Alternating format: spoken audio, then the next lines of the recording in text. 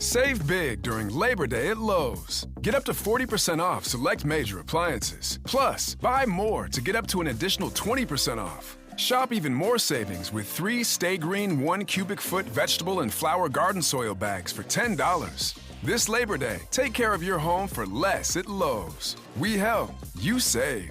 Valid through 9/3. Soil offer excludes Alaska and Hawaii. Selection varies by location. Select locations only. While supplies last. See Lowe's.com for more details. How can I help you today? Hey, I need to talk about my loan. No problem. So I got the email. Sandy Spring Bank is becoming Atlantic Union Bank. That's right. And will you still be Your banker? Of course. More branches and ATMs? Way more. Still community driven? Still live here, still give here. Mobile app? Easy. Everything right at your fingertips. And what about my business? Always here to help you reach your goals. Sandy Spring Bank is becoming Atlantic Union Bank, October 2025. Same bankers you love with even more to offer.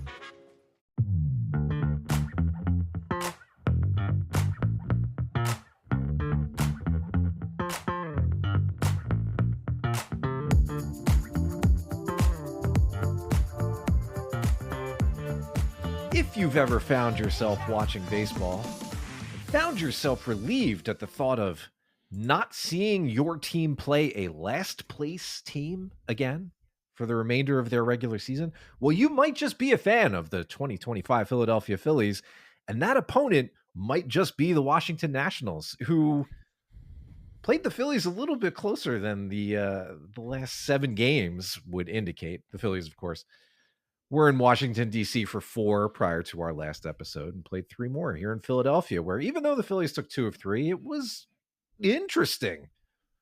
Maybe more interesting than it needed to be. This, of course, followed on the heels of a 3-game waylaying, domination, steamrolling, whatever superlative you want to use, of the Seattle Mariners, who are very much more a playoff contender this year. It was a homestand of extremes, even though it was a 5-1 homestand. The Phillies find themselves 7 games up in the National League East. They're in the catbird seat, the driver's seat, the ivory tower.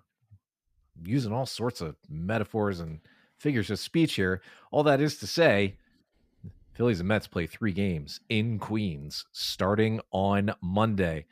Welcome to Phillies Therapy. My name is Paul Boyer. And the Phillies look good. There's some other things to talk about, of course. It's not all good news. You probably know what that means. To help me talk about the week that was, the homestand that was, and what's coming up with this 3-game divisional set, let me welcome in my co-host. He is the Athletics Phillies beat writer. He is Matt Gelb. Hi, Matt. Happy Sunday night to you. How are you? I am well. Excited for the trip to New York this week. Should be some dramatic baseball when those 2 teams get together. Always is. Phillies will be 7 up, entering a series of 32 to play, and 7 of those 32 are against the Mets. So it will be interesting. And I think this past week was very Phillies in a lot of ways, that they absolutely destroyed a good team and then really struggled with the bad team. And I think the weekend was kind of a disappointing offensive series from my perspective, but it did force them to use a lot of their better bullpen arms, probably way more than they wanted to, going into a big series of the Mets. Mm-hmm. And that will have an effect on how they'll be able to manage at least Monday's game, possibly Tuesday's game. But they went 5-1 on the homestand, pretty good homestand from where I sit, and they're in a great spot going into this big series against the Mets.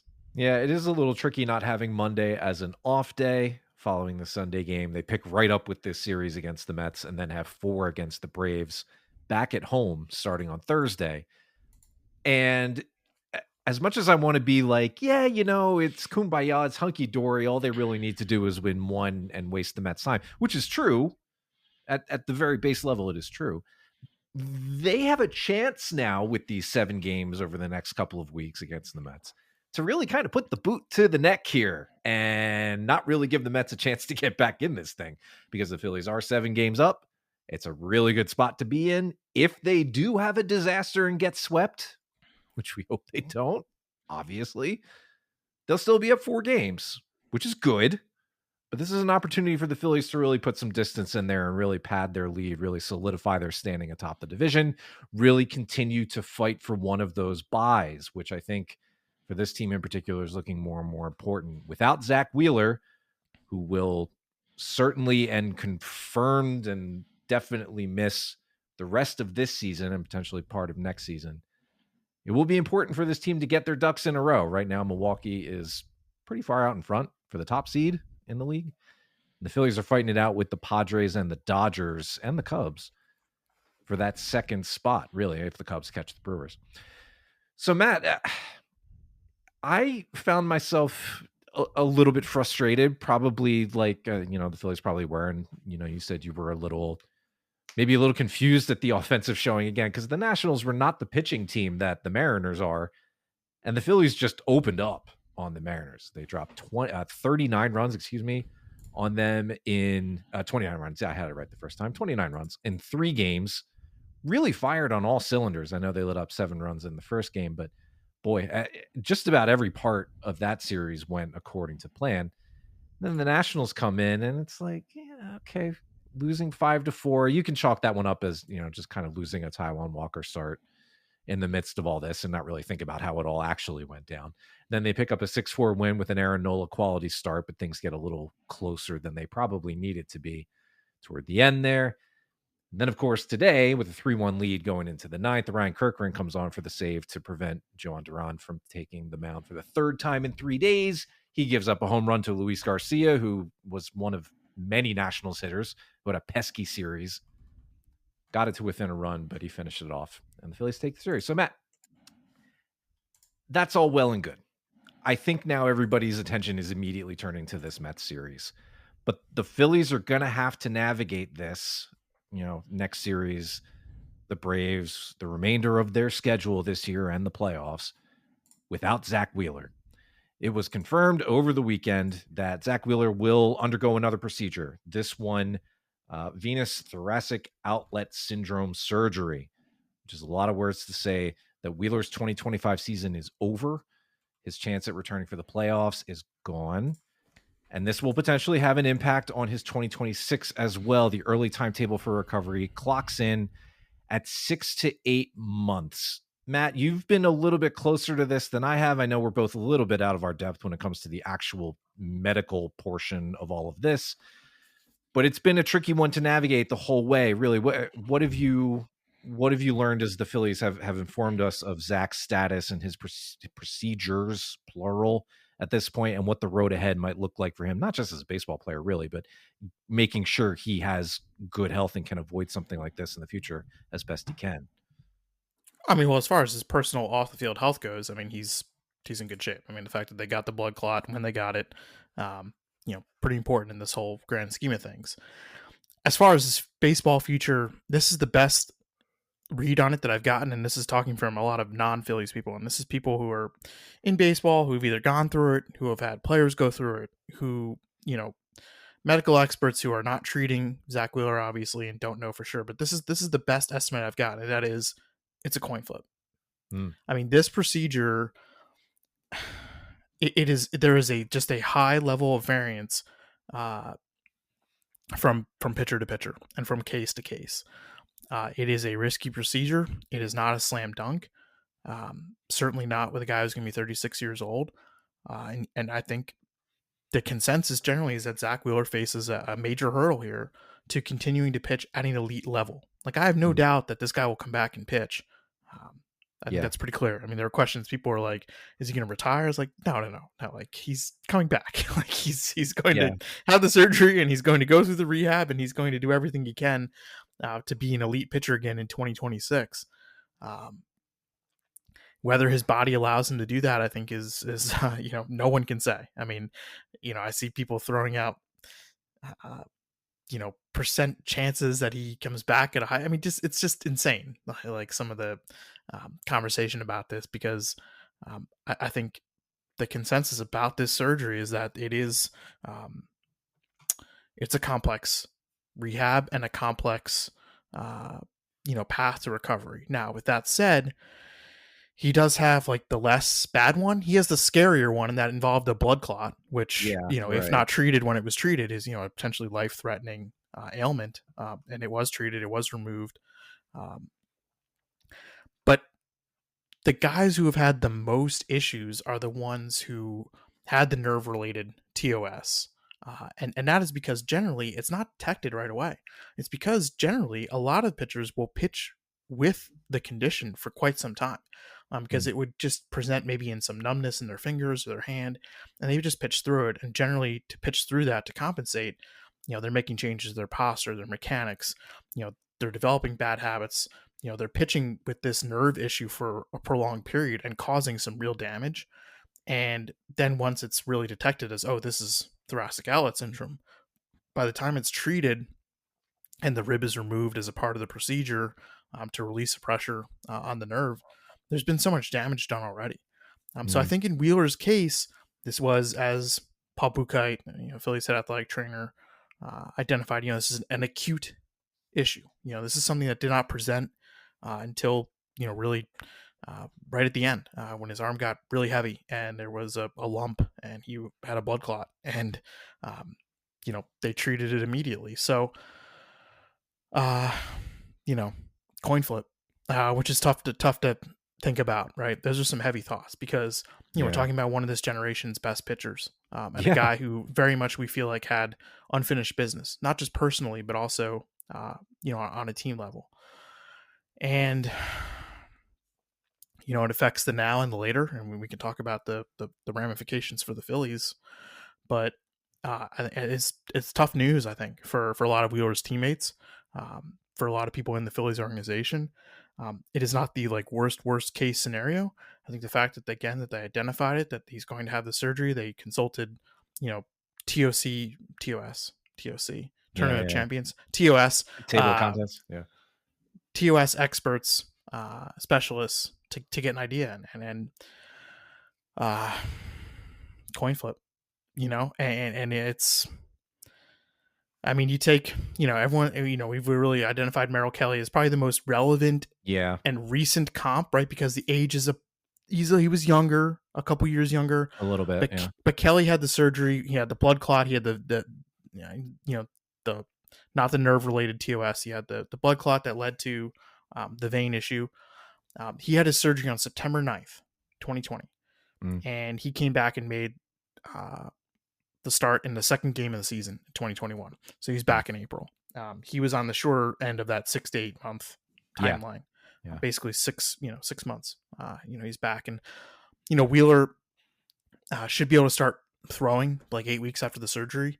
I think it's just a matter of how quickly does it come back, and how well does it come back, and what kind of pitcher is this guy afterward. And there are cases in which guys totally return, and there are cases in which guys, even with the with the blood clot TOS, there's cases of guys who just never made it back. That is right now the toughest part of all of it for all parties involved. Certainly for Wheeler as a matter of his livelihood, certainly for the team, who's going to have to come up with some kind of plan this offseason and have to understand what their plan to address the rotation is going to look like. Because Zack Wheeler had been such a fixture at the top of the rotation, we're so far out from having any kind of idea when he might make his return that all of this is kind of conjecture. All of this is just, I'll say 90% of it is best left to really dig into in November after the season is over. Because 100%. right now he needs to undergo this second procedure. He needs to start recovering, and he's going to be away from the team. Like maybe he comes back and he's in the clubhouse or the playoffs. I don't know. Again, later they would like that. I'm sure they would. Yeah, I think he would like that. I think they would like that. I think that's generally the plan, but we'll see.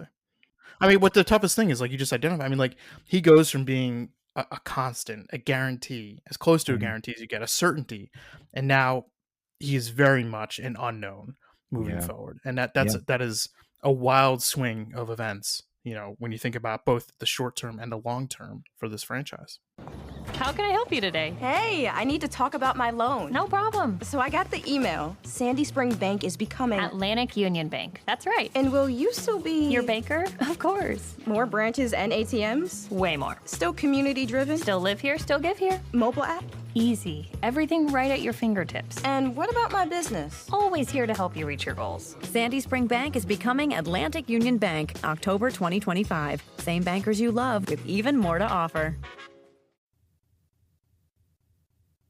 Yeah, because this is the end of Zach's 6th year with this franchise. It's already been 6. And his 2025 ends with 149 and 2/3 innings with 195 strikeouts and a 271 ERA. He was having another tremendous year. And he was probably, if he finished the year, going to finish top 2 in the Cy Young Award voting again. Whether he won or finished second, he and Paul Skeens were probably going to be the ones duking it out. We'll see what the rest of the season brings now. I'm just, I'm mourning the loss. Does the Wheeler, before we go on, how about long term? Does the Wheeler uncertainty change how you view Ranger Suarez's future? Yes and no. I think there's a lot happening here. I always kind of viewed Ranger, though, as his own sort of thing because of his, we'll call it profile, and we talk about Wheeler as a near certainty to take his turn in the rotation. Ranger, it's been the opposite of that for most of his time here. You don't really know how much you're going to get out of Ranger. Now, when he is on, boy, he's one of the best pitchers in the league. We've seen this now for 2 straight starts. He took the ball on Sunday and pitched another beautiful game. He is just the 4th pitcher in recorded Phillies history to have back-to-back starts of 10 or more strikeouts and no walks. Zack Wheeler, of course, being one of the others. He's done it twice. Cole Hamels did it and Kurt Schilling did it. Like, when he's on, he's tremendous. But you just don't know how long you're going to have him on. And so how do you price that out? How do you value that, I guess? How does he fit into a rotation that will bring Jesus Luzardo back, will bring Aaron Nola back, will have Zack Wheeler in some form or fashion? And oh, by the way, emergent ace Christopher Sanchez is still here for a little while too. So talk about in 18 months, the rise in importance in this, just the entire organization. Chris Sanchez, like, I mean, like, crazy. He's now arguably like the most important player in the organization. Yes, I think so. I mean, like, I think that's accurate. Yeah. I mean, he might be. Yeah. That's crazy. Yeah. Sanchez is, well, anyway, that's a nice segue into Chris Sanchez being the one to take the ball first Monday in Queens against the Mets. His likely opponent, Kodai Senga, is also having a nice year of his own, but like most of the Mets starting pitchers, has difficulty getting late into games. The innings that he does pitch have been effective. They can't get innings from their starters. Their pitching situation has developed some cracks over the little last better few of weeks. late. I mean, that's because they faced the Braves partially, but yeah, and the Nats, but yeah, better. A lot of that has contributed to their swift fall in the standings. Again, they enter this series 7 games back of the Phillies. It puts the teams in pretty different circumstances from the last time they met, which was a little over 2 months ago already. At the end of that series, the Phillies left with a 1-game lead in the division. Can I? The last time these two teams played, Paul, did you look at the box score? I did very briefly, but I already It was Sunday know. night. Yeah, it was Sunday night baseball. I forget June what you're going to say. 22nd. I should remember this. This was the bottom 4 hitters in the Phillies lineup that night. Okay, all right. I wasn't going to remember this. What were the bottom 4? Otto Kemp played left field. Edmundo Sosa played second base. Buddy Kennedy played first base. And Johan Rojas played center field. Yeah, there you go. They haven't. The Phillies haven't played the Mets with Bryce Harper in the lineup since April. I mean, it's weird. I mean, they only now play 4 series against their divisional opponents, and they can be rather spread out. Just a weird dynamic. But a lot has changed since June 22nd. That was 2 months ago. Yeah, I'll say. Among them, the Mets will have Sean Manaea back for their part, and they'll also throw rookie Nolan McLean as a probable out for Wednesday's game. Jesus Luzardo will be opposite Manaea on Tuesday, and Taijuan Walker takes another turn through the rotation on Wednesday. Doesn't Monday's game, like, it's not, it's a psychological thing. It's not any more or less important than the other two games. Well, you got your ace now, Sanchez, on the mound, and you win the first game, you're up 8. You're up 8 on the Mets, and now you got 2 more. And you just, I don't know, I just feel like the Monday night's game just feels more important. And it's not. I mean, because, you know, let's say they lose it, then they're up 6, and then they win the next 2, and, you know, you're up 8 when you leave. Like 6 and 1, half dozen the other, right? Yeah, exactly right. I don't know, for some reason, and this is, I guess, you know, the narrative in me. It just feels like you take that first game with Sanchez, you go in there, you know, you win a game there. Finally, you got swept there earlier this year, and you're up 8, and you got 2 more there, and it just, I don't know. There's just something, I don't know. Is that stupid? No, I don't think so. And I mean, the Mets come in being really pretty woeful on offense against left-handed pitching to boot. That's a huge storyline, and now and later, possibly. Yeah, it could be a really big opportunity here. Again, you don't want to have it swing too far. If the Phillies do drop this game, yeah, okay, they've still got a 6-game lead. Having this much cushion is great for this part of the year, this time of the year. But every win the Phillies get in these next 7 games against the Mets, which will take place over the course of the next couple of weeks, every game that they win takes 2 off their magic number. You don't really pay too much attention to magic numbers until September rolls around, but it is a thing right now. You can calculate it if you wanted to. And every time the Phillies beat the Mets from here on out, they will have 7 opportunities to do so. They shrink that number by 2. There is a chance that by the time they make this West Coast road trip in the middle of September, they are closing in, if they haven't already, they are closing in on clinching a division.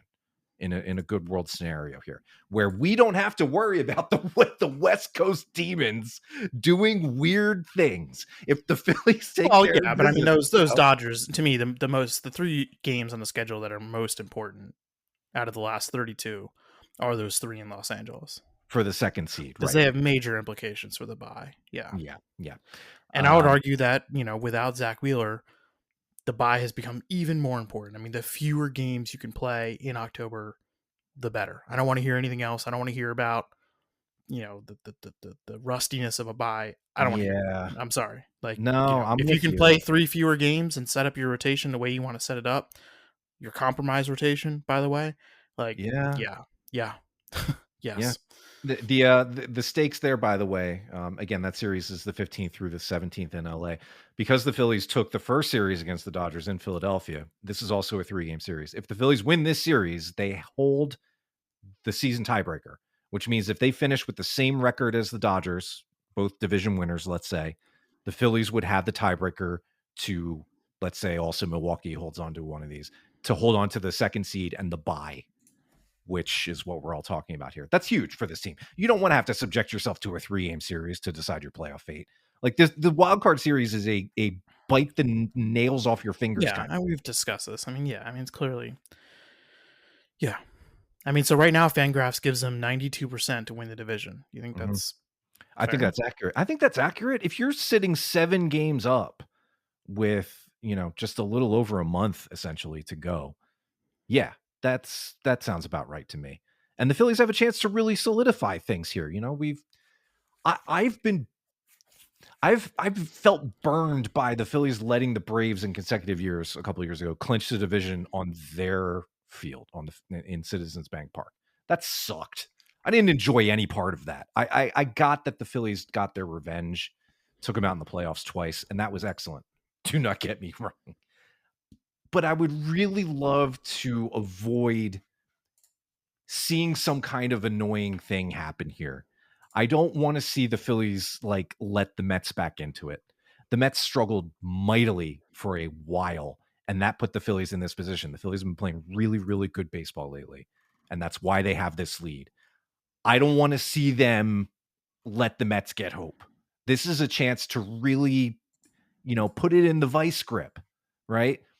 Which I think is a little bit at odds, Matt, of how I started out in gosh, I don't know, the earlier part of the season, in reflecting on how the 24 team just sort of coasted to the finish line, thinking about like, oh, okay, yeah, maybe some more competitive, Phillies Mets jockeying will be good for them. Now I'm just kind of like, nah, they've played enough of this. Like, put it on ice, take care of business. I don't care if that leaves you with most of September to just kind of get things in order. Take that chance, take that opportunity, especially now with Wheeler on the shelf. Yeah, and this is the number that sticks out for me specifically because the Phillies will be starting Sanchez and Luzardo in the first two games of the series, two lefties. And this season, Mets right-handed batters, Mets righties, Yeah, have a 666 OPS against lefties.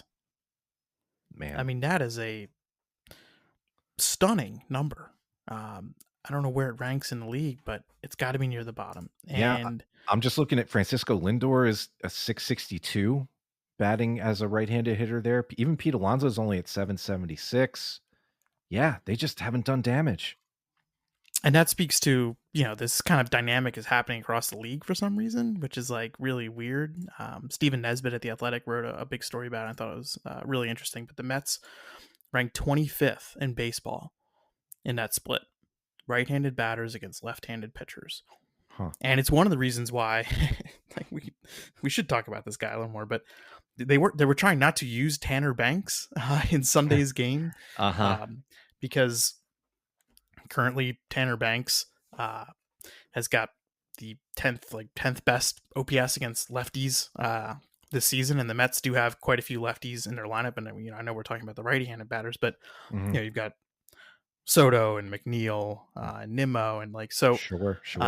They expect to use Banks quite a bit, I think, in this 3-game series, and they did have to use him, and he had a fantastic outing, got the 3 biggest outs of Sunday's game. Oh yeah. But this is the one matchup where you feel pretty good about having a lot of lefties on your staff and a lot of lefties in your rotation, because this is a good matchup for the Phillies. Yes. If their lefties just do their job, it is a big matchup for them. So I think Banks and Strom are really key figures in this 3-game series for the Phillies. Strom did not pitch Sunday. He'll be available. They did not use John Duran, on purpose Sunday. Sure. They wanted him to be available for Monday night's game. Kirkering will be like kind of a question as to whether he's available in Monday's game. Banks will kind of be a question. I think they could use Banks in the first game, but then if they use him Monday, they won't be able to use him Tuesday. So there's all these cascading effects, and Alvarado did not have it in his appearance Sunday, and no, that's going to give them pause certainly the next time that they need a lefty in the middle of the game. But they didn't use Robertson on Sunday. Dave Robertson sneakily looking like one of the better relievers pretty on good, the staff. yeah. What's the deal with that? I don't know, man. I was watching him. I'm like, the way he gets his torque looks a little different from a couple years ago. Like I feel like he's using his upper body a little bit more. I mean, again, part of that is that he didn't pitch for 3 months, and he's 40 years old. Yeah. I mean, we talked about this when they signed him, and I think there was a potential hidden benefit to all this that there was concern from teams in the last few years that he just wasn't the same kind of pitcher later in the year, and he was traded every year. I feel like he wasn't traded last year, but for like 3 straight years before that, he had been traded at the deadline, and after those trades, his performance and his stuff had just kind of dipped. And you understand, I mean, this guy's been around a long time. He's thrown a lot of innings. He's logged a lot of work, but he just looks like he's got a little giddy up right now. And it's it's still like 92, 93, but it's just got that. He's got that little cut. He's got that deception. That curveball still can throw it for strike, throw it for chase. It's a good look right now. It really is. He's running almost a 50% K rate. Yeah, it's not his bad. first few outings, he struck out 10 of the first 23 guys he's faced. That'll play.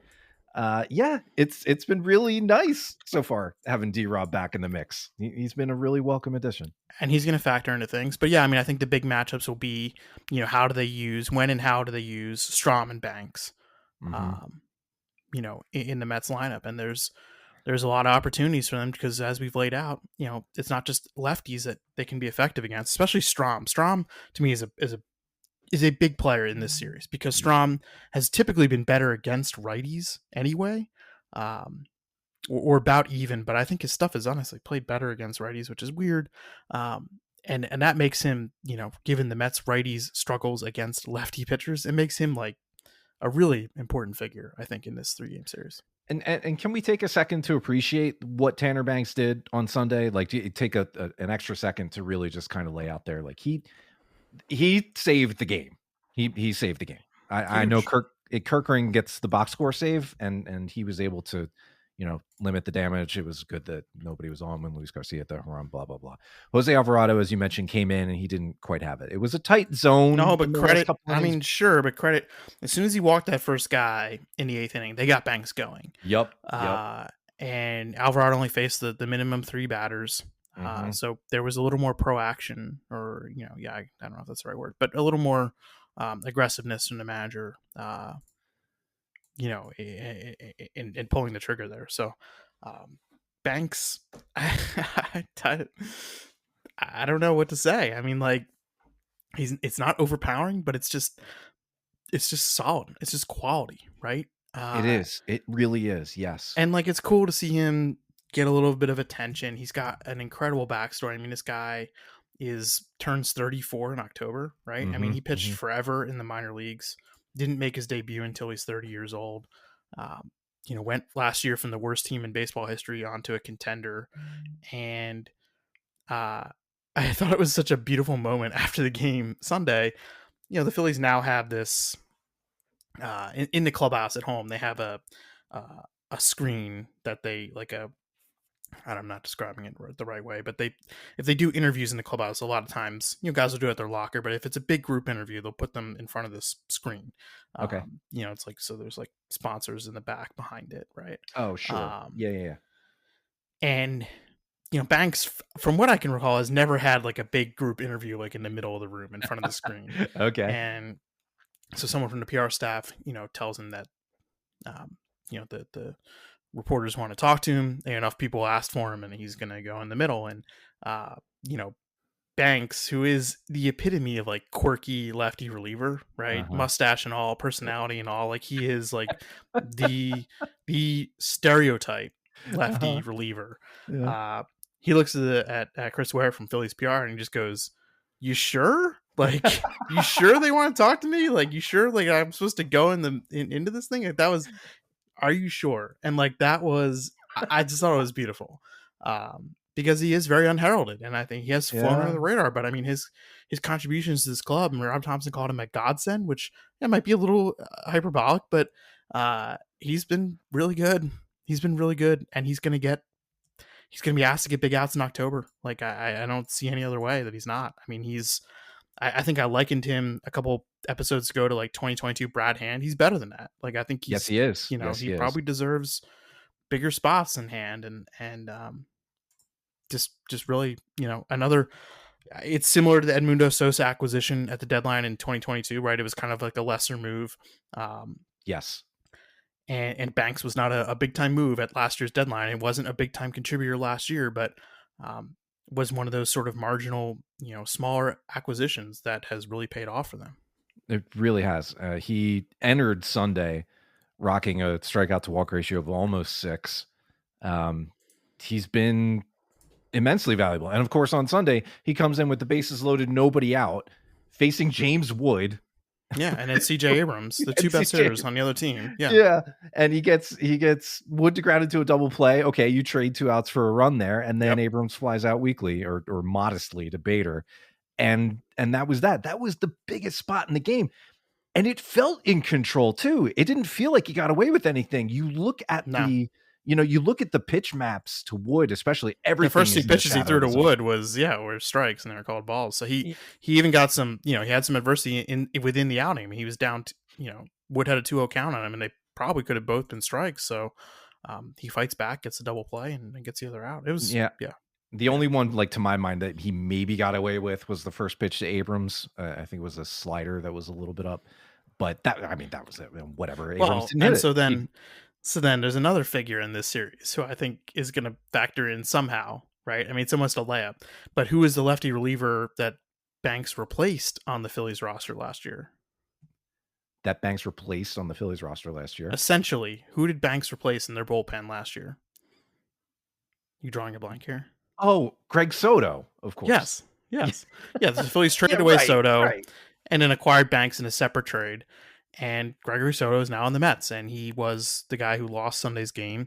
But when they acquired Greg Soto at the deadline, I mean, we all saw it. It was like, this is specifically for the Phillies, right? I mean, like, how many pivotal moments is Gregory Soto going to be pitching in this series? Like, it's a slam dunk, right? That he's either going to get a big out or he's going to factor in significantly to one of these games. Is he not?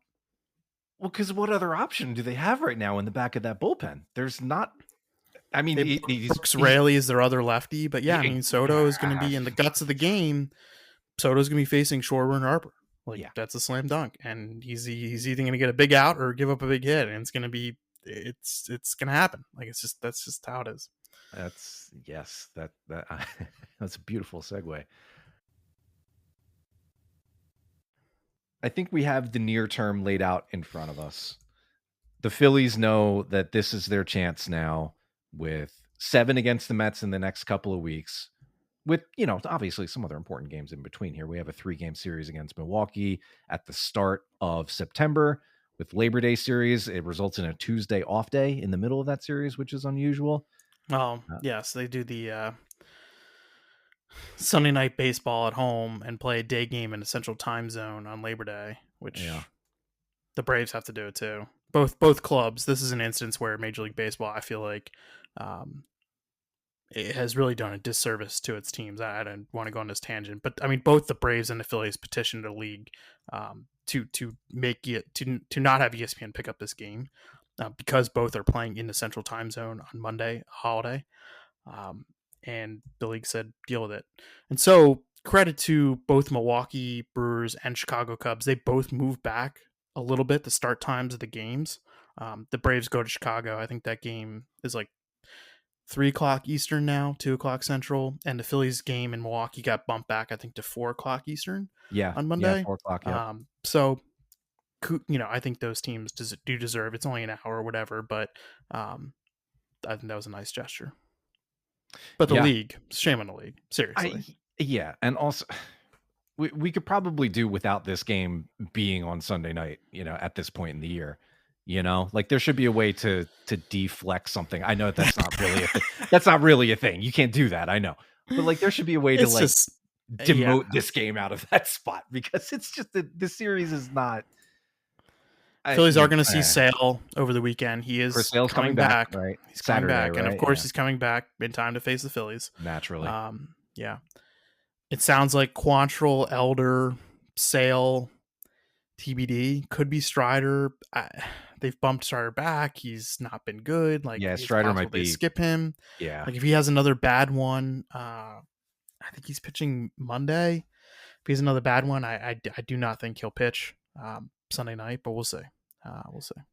Do you kind of get the feeling that Spencer Strider at the major league level is kind of going through what Andrew Painter is going through at the AAA level? I guess. I don't know. I mean, one of them is a very accomplished major league pitcher. The other one is a really good prospect. But okay. All right. But like at the core of the issue here, we see somebody coming back. I mean, Alcantara, all those, yes. Yeah. I mean, like, there's plenty of examples. Yes.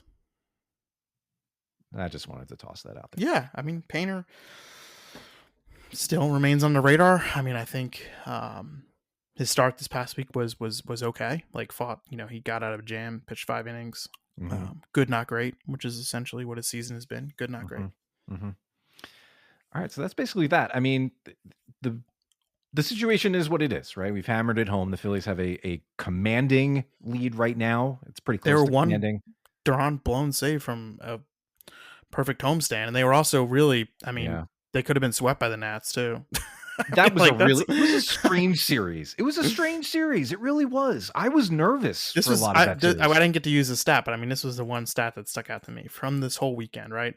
The Nationals bullpen is arguably the worst in baseball. By ERA it is, and the current snapshot of it is probably it's bad. Over the weekend in 3 games, this is what the Phillies hit against the Nationals bullpen. Okay.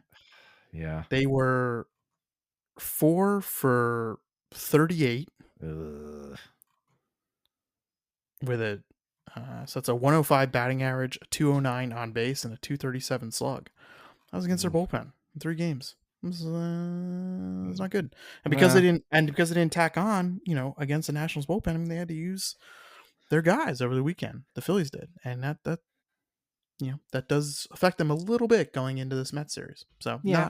not the most ideal weekend, even though you took 2 out of 3, even though you took 5 out of 6 on the homestand, and we'll see if it matters or not. It might not even matter. Yeah. Well, we know Jordan Romano will come in fresh, having not pitched in a week, so he'll be at the ready. Jesus. Will Jordan Romano? Oh man, is he going to pitch in any of these games? The last time the Phillies and Mets had that, we were talking about that series in late June. It was like 3 blowouts basically, right? It was 3 pretty lopsided games. Like we were expecting, it's gonna be good, it's gonna be interesting, it's gonna be fun. And it's kind of like, it's like kind of just like 3 sort of duds. The Phillies took 2 out of 3, but they weren't great games. Yeah, I agree with that. The last time the Phillies were in New York, who was on the mound for the Phillies? In Citi Field, not New York. They've been to New York since. The last time the Phillies were at Citi Field, the last game in April, the third of 3 games that they got swept. How did that game end? Who was on the mound? Do you not remember this? Oh no, yeah, Romano gave up the Romano. Yes. Yeah, it was one of the hands on knees blown save situations after they scored 1 in the extra innings, I think. Yeah. It's great. Boy, things have changed. It's fond memories. Well, not really, but yes. Jordan Romano will not be pitching in the 10th inning of a close game. That's what's changed. Giving up the runs hasn't changed. I have fallen into a state of distrust of my instincts when it comes to players on this team in the Romano, Max Kepler, Joe Ross ilk, who I was so sure in mid to late July that we were seeing, near the end of their time here. And still here.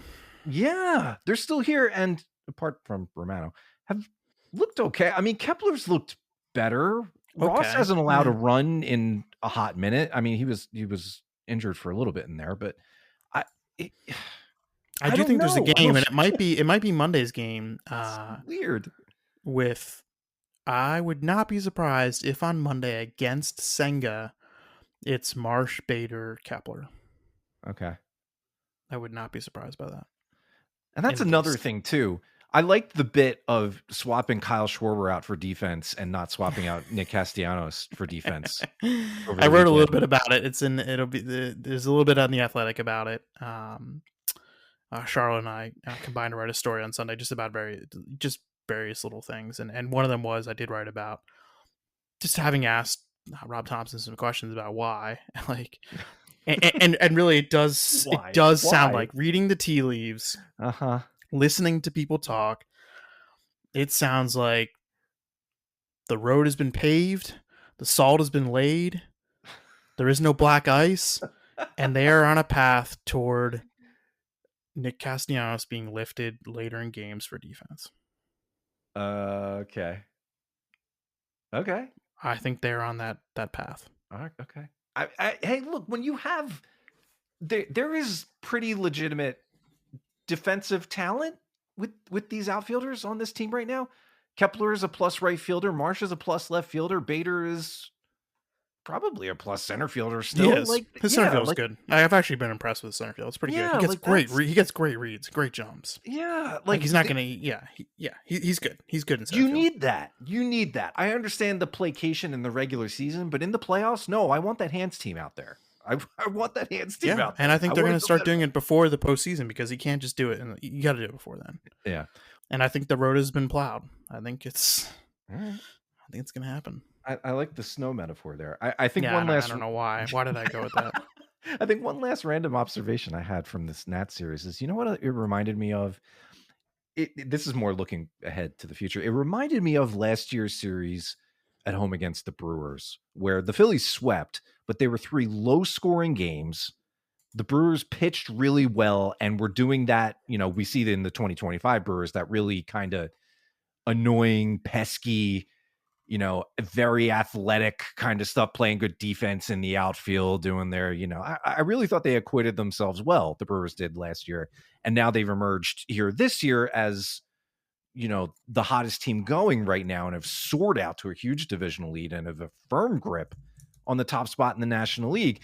The Nationals need more help than the 24 Brewers did. Obviously, the 24 Brewers made the playoffs. But I see some things with this Nationals lineup and outfield at times that's just like, okay, if I squint a little bit, I can see it. They have a lot of work to do, but they could be more of a pest, even more of a pest in 26 if they keep on building around what they've got going on here. And for their part, it's nice to see Dylan Cruz. I mean, just not the pitching. just all the pitching. The pitching is bad. They need like The 8 pitching. pitchers. I mean, and ownership. I'm gesticulating right now, but like ownership, pitching. Yeah. I agree. I agree. I just don't know what kind of. I don't know. I don't know what it looks like in 2026. I just don't think that there's enough investment there. Yeah. All right. Well, that's next season's problem. For now, again, the Phillies start a big series on Monday night. 3-night games, Monday, Tuesday, and Wednesday, all 7:10, I should say, Eastern starts.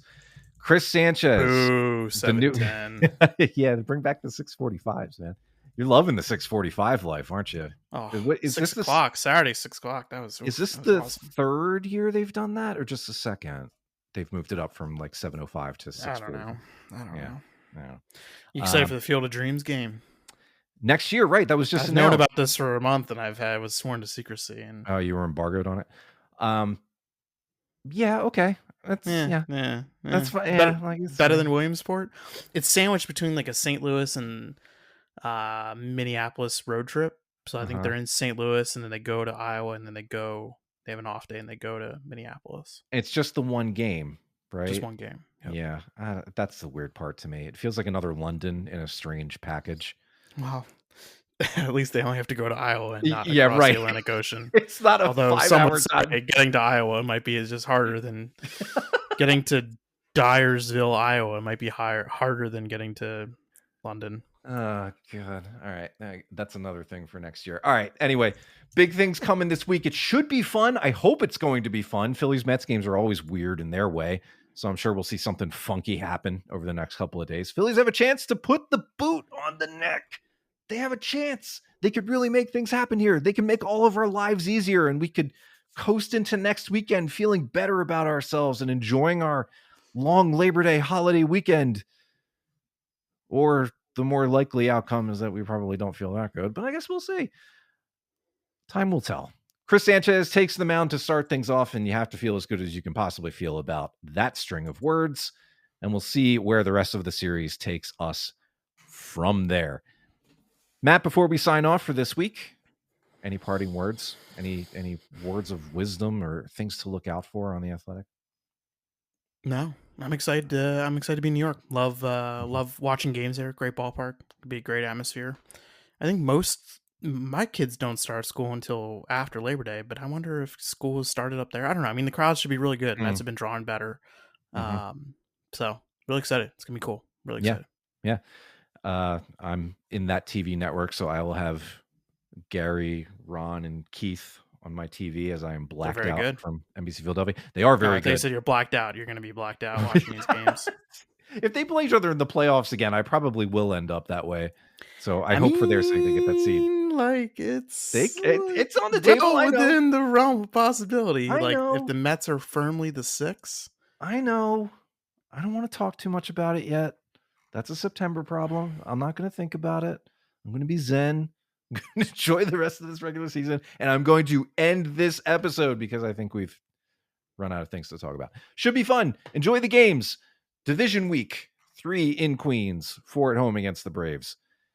Next week is Labor Day, so we'll figure out something around when we're recording there. I know that can be a little bit of an interesting thing. I am going to see Oasis on Sunday, which I am excited about. Jealous. Oh, baby. Can't believe you didn't use one of your tickets on me. I was number 7,000 something in the queue 10 months ago to pick up these tickets. Not as good as my brother-in-law who went to Ireland to go see them. He got a weekend away from his family, which is truly living the dream. Well, yeah, and shout out to friend of the pod, Pat Gallen from CBS. I think he went over to England. You took Pat? Oh. No. You're taking Pat? You're taking Pat and not I'm me? going with my wife. Come on, man. I know okay. where my bread is buttered. I know what I got to do here. No, Okay. she's a big Oasis fan too, so it's gonna work out well. Yeah, so I'm going. So we'll see what happens Labor Day weekend. We're so basic. We're elder millennials, Matt. This is what we do. Yeah. Okay, it's been 48 minutes. I think everybody out there has endured enough. Thank you for hanging with us. If you want more of this, who could possibly not want more of this? We have a Patreon page, patreon.com/Phillies Therapy. We've got some merch linked in there if you want to check out some of our cool stuff. Pick up a Phillies Therapy tumbler. I've got one. Pick up a Chipwich hat. Those are cool. I want to send them to like the TV booth. I really need to end this episode. Thank you, everybody, for listening. This has been Phillies Therapy, part of the Believe Podcast Network. For Matt, I am a delirious Paul. Thank you for listening, and we'll catch you next week.